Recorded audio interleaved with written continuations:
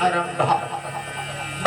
पूज्यपाद तुलसीदास जी महाराज ने जब कथा अपनी लेखनी में आरंभ कर दिए तो लिखे एक शब्द, विमल कथा कर किन्न आरंभा। विमल एक शब्द आया ना, तो विमल का अर्थ क्या होता है? जिसमें किसी प्रकार का मल ना हो। इस कथा में पूरा निर्मल ही निर्मल है, इसमें विमल नाम का कोई ऐसा मल नाम का कोई शब्द ही नहीं है, विमल ही विमल है। भगवान की कथा में मल नहीं हो सकता। विमल कथा कर किन्न आरंभा, सुनत न साहि काम मद। और बाबा पूज्यपाद तुलसीदास जी महाराज कहते हैं कि इस कथा को सुनने मात्र से उनके सुनत न साहि काम मद दंभा। जो व्यक्ति इस कथा को सुन लेता है उनके चार विकार जो है ना, सुनते ही नसाही नष्ट हो जाते हैं। काम, मद, दंभ और अहंकार। जो व्यक्ति रामचरितमानस की कथा को सुनता है, सुनने मात्र से उनके अंदर जो बैठे रहते हैं विकार, अनेक प्रकार की कामना।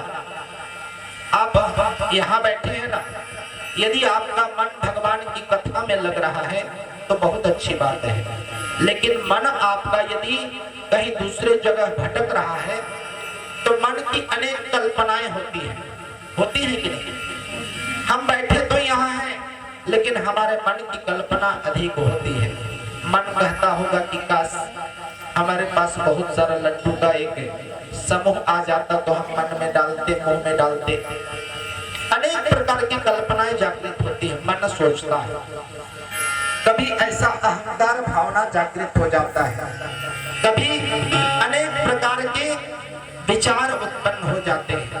तो इन चार विकारों को समाप्त करने की क्षमता यदि किसी में है तो भगवान रामचरितमानस की कथा में है। सुनत न साहि काम मद दंभा। रामचरितमानस यहि नामा,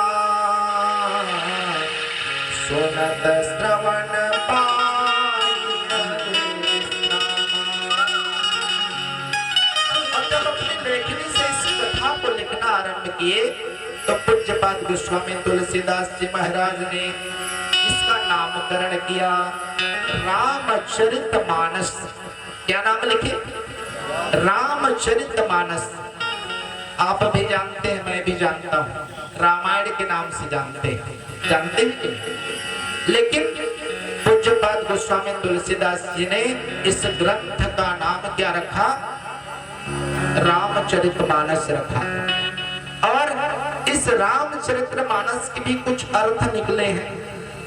राम यानी सर्व सामर्थ्यवान। जो रामलला हमारे पीछे विराजमान है, जिस रामचंद्र जी की इतनी महत्ता है, आज पूरा विश्व राममय हो गया है। राम इतनी शक्तिवान है कि आज पूरा विश्व राममय है। राम इतने सामर्थ्यवान है कि आज विश्व राममय हो गया।